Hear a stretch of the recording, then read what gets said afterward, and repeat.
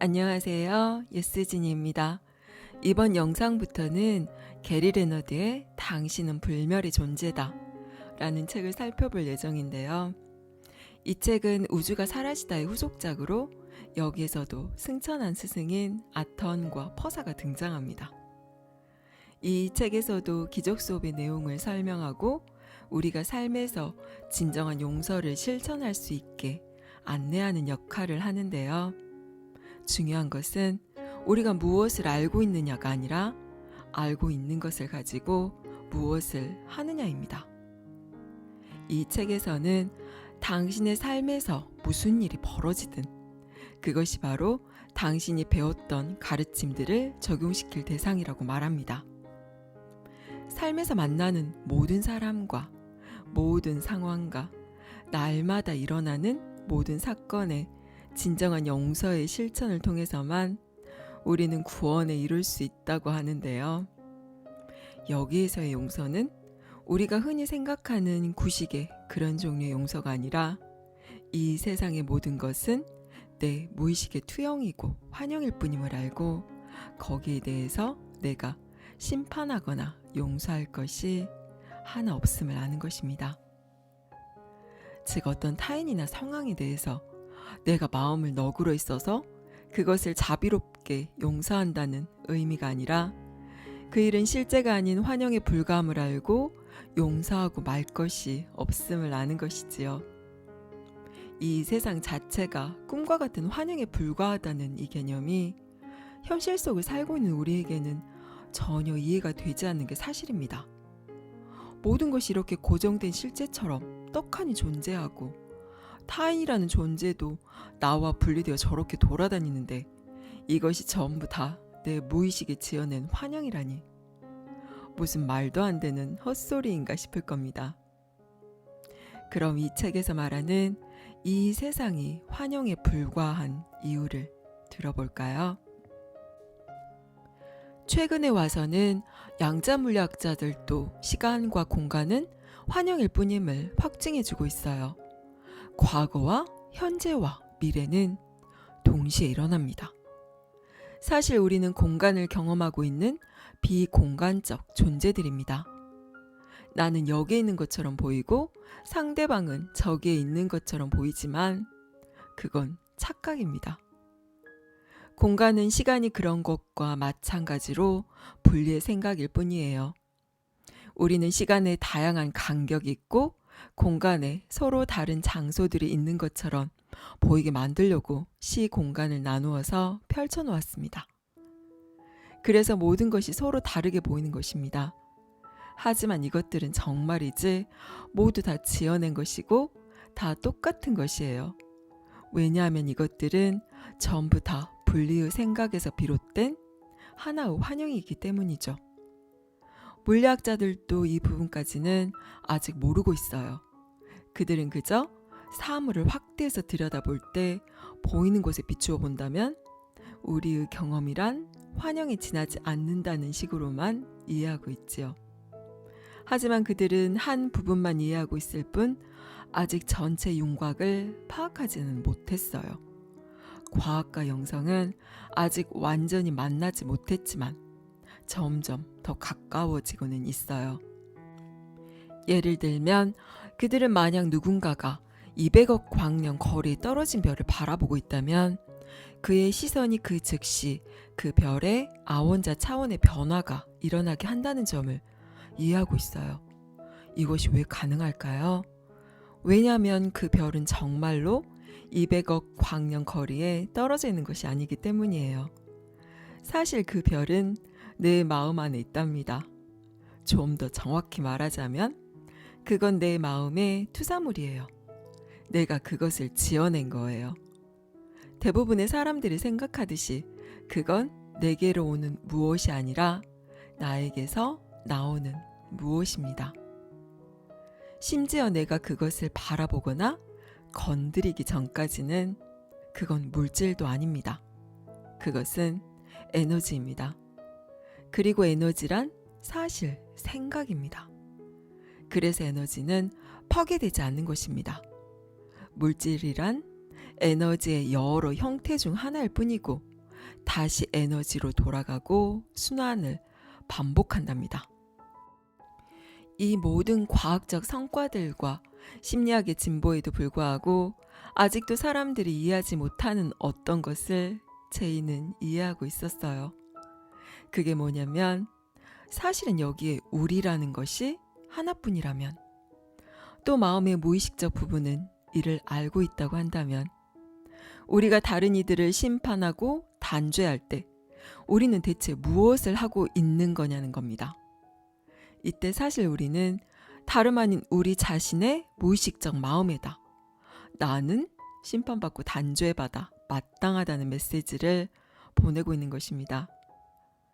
자기가 다른 사람들을 어떻게 생각하든지 간에 그때 우리는 자신에 관한 메시지를 자기 자신에게 보내고 있는 것입니다. 그래서 제이는 우리가 사실은 하나뿐이라면, 또 무의식적 마음이 이를 알고 있다면, 사람들을 육신으로 바라보는 대신 그들의 본성인 완벽한 영으로 바라보면서 자신의 삶을 살아가기로 결심했습니다. 그에게 육신이란 사실, 분리라는 거짓된 생각일 뿐이었거든요. 그는 모든 일을 순진무구한 그리스도로 바라보았어요. 그는 그들을 생각할 때 그들의 본성을 떠올렸어요. 상처 입을 수 없고 이 세상에 의해서 조금도 영향을 받을 수 없는 불멸의 무엇으로 말이죠. 이렇듯 깨달음의 열쇠는 이제껏 극소수만이 알고 있던 비밀, 그러나 제이는 너무나도 잘 알고 있었던 비밀로 남겨져 있지요. 내가 스스로를 어떻게 경험하고 느끼느냐 하는 것은 다른 이들이 나를 어떻게 바라보고 생각하느냐에 좌우되는 것이 아니에요. 내가 그들을 어떻게 바라보고 생각하는가에 따라 내가 자신을 어떻게 경험하고 느끼는지가 결정되는 것입니다. 이것이 결국은 우리의 정체성을 결정하게 되지요. 다른 이들을 어떻게 바라보느냐에 따라서 우리는 자신을 육신과 아니면 완벽한 영과 그리고 분리된 존재와 아니면 온전한 전체와 동일시하게 될 것입니다. 이 점만 제대로 이해하고 나면 우리는 자신이 다른 이들을 어떻게 바라보고 있는지를 살피느라 정신없이 바빠지겠죠. 퍼사, 게리 당신도 알겠지만 여기는 아무도 없어요. 그래요. 꿈에 대해 이야기를 해볼게요. 당신에게 4살배기 딸아이가 있다고 가정해 봅시다. 지금은 밤이고 그래서 아이는 침대에 누워 꿈을 꾸고 있어요. 당신은 그 애가 잘 자는지 확인하려고 들여다보았는데 아이는 뭐가 불안한지 몸을 뒤척이고 있어요. 그래서 당신은 아이가 꿈을 꾸고 있다는 것을 알게 되죠. 아이에게 그 꿈은 이제 현실이 되어버렸어요. 아이는 꿈에 보이는 인물들이 진짜인 양 반응하죠. 하지만 당신은 그 꿈을 볼 수 없어요. 왜 그럴까요? 왜냐하면 꿈은 실제로 존재하는 것이 아니거든요. 사실 당신의 그 4살배기 딸아이는 침대를 떠난 적이 없어요. 그 애는 여전히 안전한 집 안에 있어요. 하지만 정작 아이는 그것을 알지 못하죠. 아이는 이것을 자각할 수 없어요. 아이에게는 꿈이 자신의 현실로 되어버렸거든요. 당신은 아이가 더 이상 무서워하지 않도록 깨우고 싶겠죠. 그럼 어떻게 해야 할까요? 당장 아이에게 달려들어서 마구 흔들어야 할까요? 아니죠. 그렇게 하면 아이는 그것도 꿈의 일부인 줄 알고 훨씬 더 무서워할 거예요. 그러니까 아이를 조용히 부드럽게 깨워야 해요. 아마도 이렇게 속삭여 주는 것이 좋을 거예요. 얘야, 이건 그냥 꿈이야. 걱정할 필요 없어. 네가 보고 있는 건 사실이 아니야. 지금 내가 느끼고 있는 모든 문제와 걱정과 두려움과 아픔은 다 부질없는 일이야. 그럴 필요가 전혀 없거든. 그것들은 존재하지 않는 꿈속에서 일어나는 일이야. 그것들은 애초에 그 꿈을 만들어냈던 어리석은 생각들의 결과일 뿐이야. 지금 내 목소리를 들을 수 있다면 넌 이미 깨어나기 시작한 거야. 이래서 진실이 꿈속에서도 들릴 수 있는 거예요. 기억하세요. 진실이 꿈속에 있는 것은 아니지만 꿈속에서도 들릴 수는 있습니다. 이제 당신의 4살박이 딸아이는 당신의 목소리를 듣고 안심하기 시작합니다. 아이는 천천히 부드럽게 깨어날 거예요. 이제 꿈도 점점 행복한 꿈으로 변합니다. 다 깨어나면 아이는 자신이 침대를 떠난 적이 없다는 것을 알게 되죠. 사실 아이는 꿈을 꾸는 동안에도 여전히 집에 있었습니다. 집은 계속 있었지만 아이가 그것을 알지 못했던 것뿐입니다. 정신을 차려 잠에서 깨고 나면 안전한 집 안에 있다는 사실이 이제 아이의 현실이 됩니다. 그리고 당신도 아이가 항상 거기에 있었다는 것을 알고 있었죠. 사실 당신은 아이의 꿈을 보고 이해하고 반응할 필요도 없습니다. 아이가 꿈에서 깨고 나면 그 꿈은 어디로 갈까요? 게리, 아무 데도 없어요. 그냥 사라져버립니다. 애초부터 존재하지 않았으니까요. 꿈이 진짜인 것처럼 보이고 느껴지더라도 꿈은 실제로 존재한 적이 없어요. 우리가 꿈속에서 보고 있는 형상들은 사실 투사물입니다. 우리는 우리 마음의 일부를 가지고 이 형상들을 보고 있는 거예요. 그리고 사실 이 형상들은 우리 마음에 숨겨져 있는 다른 부분에 의해서 투사되고 있는 것이죠. 퍼사, 맞아요. 당신이 말했듯이 이건 속임수예요. 자, 이제 재미있는 대목이 등장합니다. 4살배기 아이가 꿈에서 깼지만 아이는 여전히 또 다른 꿈을 꾸고 있는 거예요. 당신은 오늘 또 침대에서 깨어났겠지만 이 역시 또 다른 형태의 꿈일 뿐이에요. 이렇듯 꿈에는 여러 수준이 있습니다. 하지만 순수한 영이라는 실상에서는 수준이라는 것이 존재하지 않아요. 사실 당신에게는 깨어있는 동안 꾸는 이 꿈이 밤에 꾸는 꿈보다 더 생생하게 느껴지기 때문에 깨어있는 동안 꾸는 이 꿈을 현실이라고 믿어버리게 되는 거예요. 과연 그렇다고 확신하죠. 하지만 이 꿈 역시 사실이 아니에요. 깨어있는 동안 저 밖에 있다고 생각하는 사람들 역시 존재하지 않아요. 하지만 당신에게는 꿈이 현실이 되어버렸고 당신은 자신이 실제로 있는 곳을 의식하고 있지 못합니다. 그래서 수업은 너의 모든 시간은 꿈을 꾸는 데 허비될 뿐이다. 자면서 꾸는 꿈과 깨어서 꾸는 꿈은 형태만 다를 뿐 내용은 동일하다고 하는 거죠. 성령은 당신이 밤에 침대에서 잠들어 있는 4살배기 딸아이에게 속삭여주고 싶은 바로 그 이야기를 꿈을 꾸고 있는 당신에게 지금도 속삭여주고 있습니다. 그는 이렇게 말하는 듯 합니다. 이봐, 이건 그냥 꿈이야. 걱정할 필요 없어. 내가 보고 있는 것은 사실이 아니야. 지금 내가 느끼고 있는 모든 문제와 걱정과 두려움과 아픔은 다 어리석은 일이야. 그럴 필요가 전혀 없거든. 게다가 그것들은 존재하지도 않는 꿈속에서 일어나는 일이야. 그것들은 애초에 그 꿈을 만들어냈던 어리석은 생각들의 결과일 뿐이야. 지금 내 목소리를 들을 수 있다면 넌 이미 깨어나기 시작한 거야. 왜냐하면 꿈속에서도 진실이 들릴 수는 있거든. 진실이 꿈속에 있는 것은 아니지만 꿈속에서도 들릴 수는 있는 것입니다. 성령은 진실을 매우 다양한 방법으로 당신에게 전하고 있으며 진실을 깨닫기 시작하면 당신은 마음을 놓고 편안해지기 시작합니다. 이제 당신은 용서라 불리는 누에고치아도 같은 시절을 통과하며 천천히 부드럽게 깨어나고 있는 것입니다.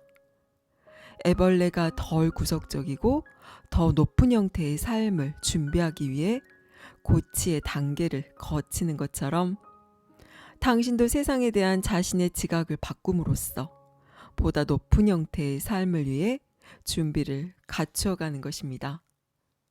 이렇게 할 때 당신의 꿈은 점점 더 행복해집니다. 하지만 꿈속에서 벌어지는 것처럼 보이는 일 때문에 행복해지는 건 아니에요. 그것은 꿈속에서 벌어지는 것처럼 보이는 일들과는 무관하게 행복을 느낄 수 있게 해주는 내적 평화 때문입니다.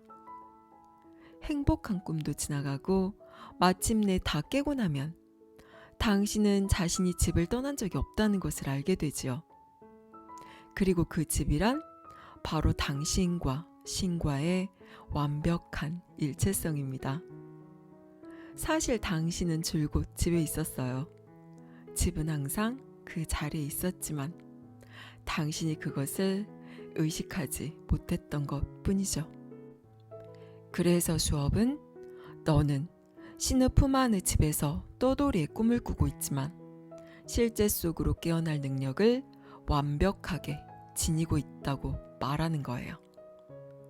게리, 시간과 공간의 꿈을 깨고 나면 그 꿈은 이제 어디에 있을까요? 게리, 아무 데도 없어요. 그냥 사라져버려요. 꿈이 원래 그렇듯 시공간이라는 꿈도 사라져버릴 신기루요. 풀려버리고야 말 주문이기 때문이죠. 그럼 천국의 실상이 이제 나의 현실이 되는 거죠. 아턴, 맞아요. 시간과 공간이라는 꿈에서 깨어나고 나면 더 이상 그것은 존재하지 않습니다. 즉 이 말은 다른 모든 사람들이 깨어날 때까지 몇백만 년을 서성이면서 기다릴 필요가 없다는 뜻이에요. 당신 말고 깨어나야 할 사람은 아무도 없어요. 당신 말고는, 즉 무수히 많은 것처럼 보이지만 실제로는 하나인 에고 말고는 저 바깥에는 아무도 없습니다. 당신이 저 바깥에 있다고 생각하는 이들은 이미 천국에서 당신과 함께 있어요. 육신으로 있는 것이 아니라 그들의 본 모습인 영으로요. 이 일체성 안에는 그 누구도 빠짐없이 다 있습니다. 그리고 이 전체성 안에는 아무것도 빠져 있지 않습니다. 그러므로 당신이 이제껏 사랑했거나 관심을 주었던 모든 이들, 모든 동물들도 당신의 이 암 속에 다 있습니다. 다시 강조하지만 이 일체성의 상태에서 그들은 분리된 어떤 사물의 형태로 있는 것이 아니에요. 결코 분리될 수 없는 무엇으로서 존재하는 것이지요. 완벽함 안에는 그 무엇도 빠져 있을 수 없어요. 이것은 완벽하게 하나이고 이 일체성은 지속적인 상태입니다. 이것은 시공간 우주에는 없는 속성이죠. 하지만 이 지속적인 상태는 당신이 몸 안에 있는 것처럼 보이는 동안에도 경험될 수 있습니다. 일단 이 경험을 하고 나면 모래가 아니라 바위 위에 집을 짓는 일이 수월해집니다. 여기서 모래란 시간과 공간이라는 변화의 모래를 말합니다. 이 모래밭 위에서는 이 또한 변하겠구나 하는 사실 말고는 믿을 만한 것이 아무것도 없어요. 왜냐하면 그것은 시간과 변화의 세계이기 때문이죠. 그러므로 당신이 확신할 수 있는 것은 딱 하나. 다음 순간이 지금과 같지 않으리라는 사실밖에 없어요. 하지만 바위는 영구 불변합니다. 안심하고 기댈 수 있는 것이지요. 게리, 세상에서 일어나는 것처럼 보이는 일들이 진짜처럼 보이고 느껴지더라도 실은 그렇지 않습니다. 밤에 꿈을 꿀 때 내가 보게 되는 심상물들은 투사물이에요. 나는 그 심상들을 내 마음의 일부분을 가지고 보고 있습니다. 하지만 그것들은 사실 숨겨져 있는 내 마음의 다른 부분에 의해서 투사되고 있는 것이지요. 이와 마찬가지로 낮 시간에 육안으로 보고 있는 것들도 모두 내가 나에 대해 사실이라고 은밀히 믿고 있는 것들을 내 무의식의 마음이 투사해낸 것입니다. 꿈속에 등장하는 인물들이 사실은 다 자기 자신이라고 프로이트가 말했듯이 깨어있는 동안에 내가 만나고 보는 사람들도 사실은 다 나의 상징입니다. 제이는 이를 알고 있었지요. 그는 아주 똘똘한 사람이라서 사람들이 남을 심판하고 단죄할 때 하는 일이란 단지 자신의 에고의 거짓된 정체성을 계속 유지시키는 것뿐이라는 사실을 알았어요. 하지만 참된 의미의 용서를 하면 그들도 에고의 거짓된 정체성을 지워 영으로 돌아가게 될 것이라는 사실도 알았지요. 퍼사. 세상은 실제하지 않는다고 사람들에게 말하는 것만으로는 충분하지 않아요. 그것만으로는 여기서 벗어날 수가 없어요. 물론 세상이 환영임을 아는 것이 필수적인 부분이긴 해요. 하지만 실제로 에고를 지울 수 있는 것은 오직 참된 용서밖에 없습니다. 우리는 뒤로 갈수록 이 주제를 훨씬 더 많이 다룰 거예요. 용서 없이는 성장이 거의 일어나지 않습니다. 용서란 전적으로 당신의 사고방식에 관한 것입니다. 당신이 보고 있는 사람이 육신이라고 생각한다면 당신도 육신이에요. 하지만 그가 영이라고 생각한다면 당신도 영이에요. 당신의 무의식적 마음은 그런 식으로 번역을 하지요. 절대로 이 법칙에서 벗어날 수 없습니다.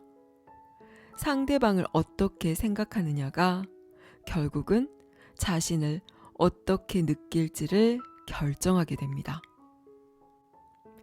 여기까지 그대는 불멸의 존재다 였습니다. 양자물리학에서도 시간과 공간은 환영일 뿐이라는 사실을 밝혀냈습니다. 시간과 공간이라는 것은 고정불변으로 정해져 있는 무엇이 아니라 우리 인식의 산물이고 우리가 보고 있는 이 세상도 인식이 만들어낸 것이라는 것이 점점 밝혀지고 있는데요. 정작 이 모든 것들을 인식하여 창조해내고 있는 우리는 그 사실을 이해하기가 힘이 듭니다. 우리는 우리 오감과 관념에 갇혀 살고 있기 때문입니다.